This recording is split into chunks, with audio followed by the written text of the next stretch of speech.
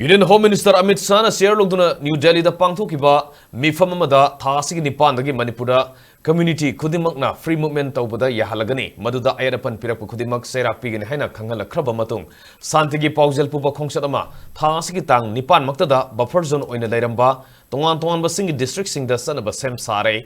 Masida leibak miyam na susaru yabiyo haina Federation of Civil Society Organization Focs Manipur na appeal torkli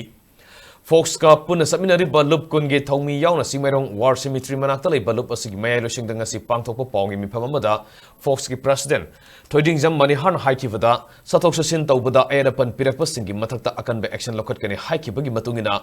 Focs ki member amadi lup kunga puna khananenaraba matungda santigi paujel puba Khongchat ama saliba thasigi tangni panda Imphal gi khongsanduna Manipur miyamga loinena sanaba sem saba loire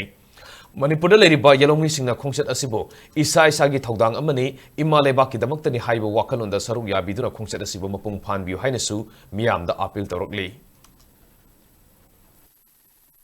March ki tarik nipal se si numitagi horkanda aikoina mafam joroina leramba mafam sing aduga koina tan pangamdraba hariba mafam dudagi minasu Imphal tana purpungam gidraba mafam sing duda koina santi ki paujil sipurga tarik nipal dagi ahan ba Khongchat oina koi chacharagani tongan bachingi district sing tongan ba community aroina tampaki azung changba ngamdaba leiriba khundugi minasu homna kada mafam chakka ngamdaba mafam sing chalakanda Manipur da si hi ani Hajalaba, tentu lekat dan lagi bersih. Masih tentu lekat halakanda, kena marut lenyaka. Mungkin sesen nawari sandakan da, kena pamiba, kena pamsing, kerpa, kalau ina kena kari pami, atau kena kari tahuningi hai betul. Jadi kita sabab, pilih ama, kena lau yang nanti kita mukta hai Khongchat si har nanti lau siapa ni. Tapi di Khongchat si, soalnya katangi anti di Khongchat kita bagasi, dia lengah na, kena thami bawa pamsing. Ada yang bawa tabak tu pikir lagi hai betul. Jadi wakil lalu dah, hang nanti kita mukta. Kena maruina Khongchat si jen,